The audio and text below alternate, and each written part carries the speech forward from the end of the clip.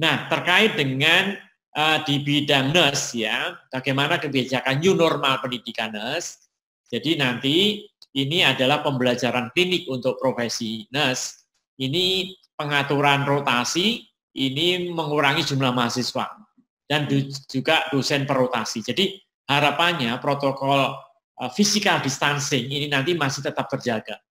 Dan juga nanti kalau Bapak Ibu sabar nanti menunggu hari Jumat, itu nanti bagaimana setiap ruangan itu harus ada hand sanitizer, harus ada gugus tugas di situ, harus bagaimana tugasnya gugus tugas, dan bagaimana harus memakai masker, dan seterusnya. Nanti akan ada detail rinciannya. Tapi intinya bahwa nanti di setiap rotasi klinik ini harus tetap dijaga physical distancing.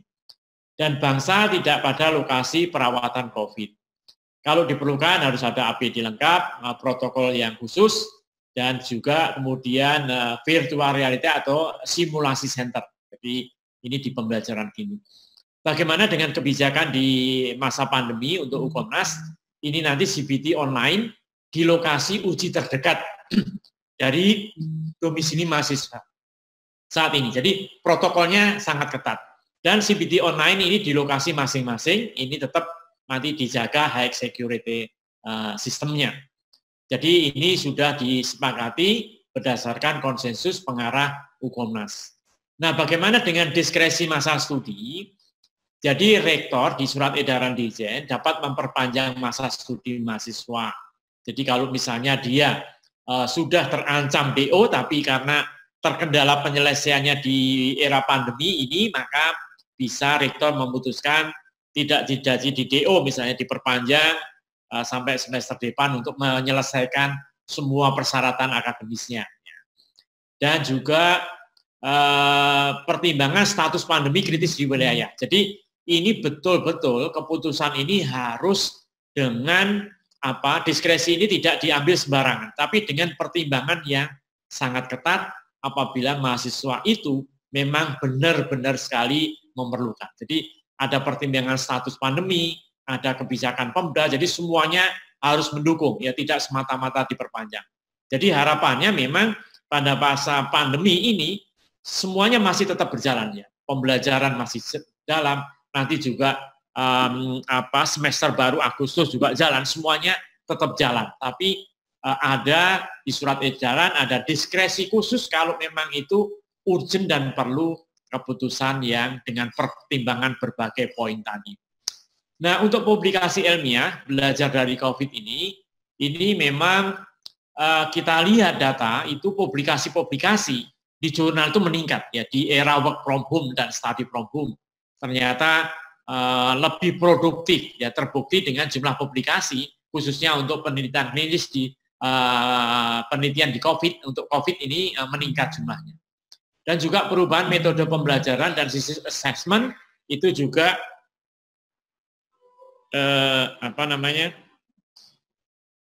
ini juga meningkat. Kemudian yang kedua adalah program inovatif dari tiap prodi atau PT pada masa pandemi. Jadi study from home, work from home, project independent from home, ya ini semuanya kita dorong. Ya. Lanjut slide terakhir.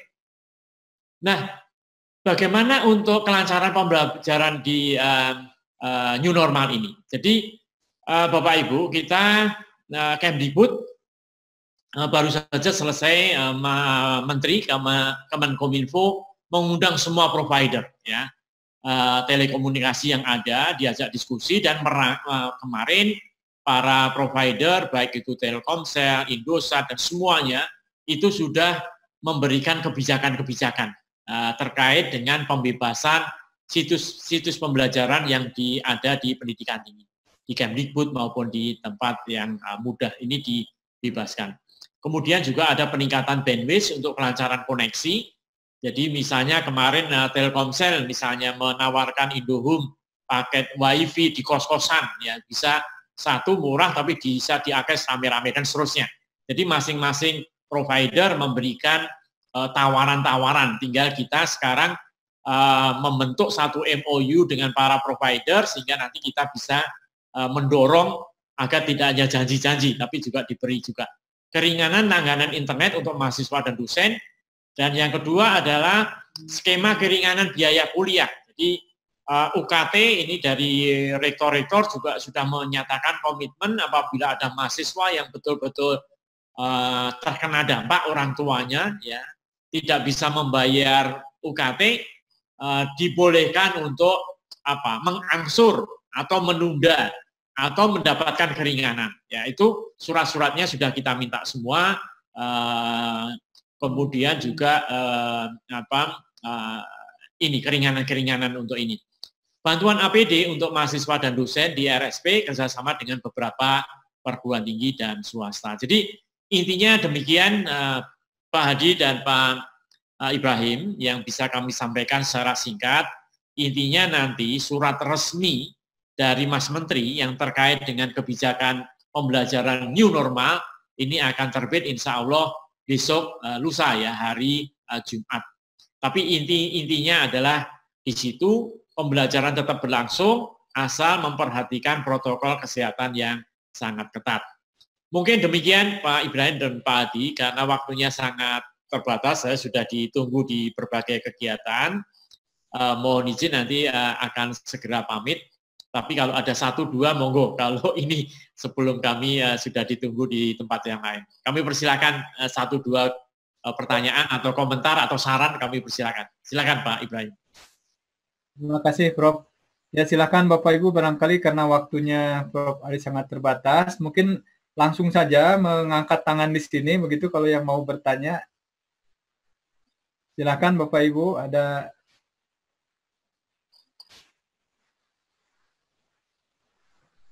yang mau bertanya Bapak Ibu? Dari ITKes Bali, Pak Putu, mohon Pak Upik, mohon dibuka itunya. Pak Putu, silakan. Silakan. Ya. Assalamualaikum Prof Aris. Waalaikumsalam. Monggo Pak Putu ya. Saya Putu nggih, terima kasih, semoga sehat selalu. Izinkan saya langsung mengajukan pertanyaan mewakili AIPNI Regional 10 Bali NTB NTT Prof. Ya. Ini Prof terkait dengan Permendikbud nomor 2 tahun 2020 tentang exit exam. Ya. Banyak sekali pertanyaan dari anggota kami mengenai teknis pelaksanaannya Prof. Ya. Misalnya kapan sebaiknya di yudisium mahasiswa kami, kemudian bagaimana dengan penentuan kelulusannya yang ada matriksnya sudah ada di Permendikbud itu. Kemudian yang kedua Prof, masukan dari rekan-rekan juga. Karena UKOM yang Juli yang terdekat ini kan menurut informasinya diperuntukkan untuk mahasiswa yang sudah terdaftar untuk uji UKOM di bulan Maret. Ya. Nah, apakah memungkinkan itu diperluas lagi untuk mahasiswa yang lulus Juni atau Juli tahun ini juga bisa bergabung?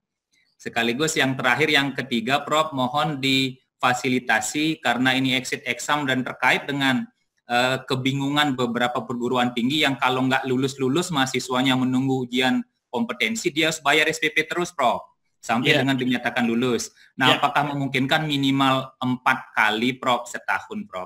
Demikian barangkali, Prof, singkatnya. Terima kasih, Prof.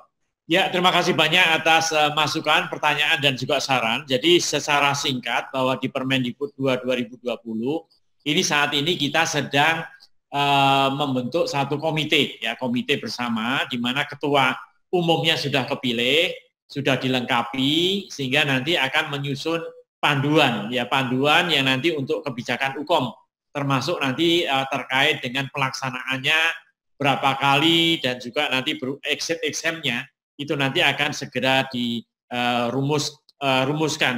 Jadi intinya secara teknis masih disusun oleh komite nasional yang ketuanya adalah Pak Maksuri. Ini nanti termasuk pembiayaan dan lain-lain itu nanti tugasnya di Komnas, Pak. Jadi komite nasional sudah kita bentuk untuk mengimplementasikan Permendikbud yang baru. Demikian saya kira nanti Komnas akan segera melengkapi semuanya.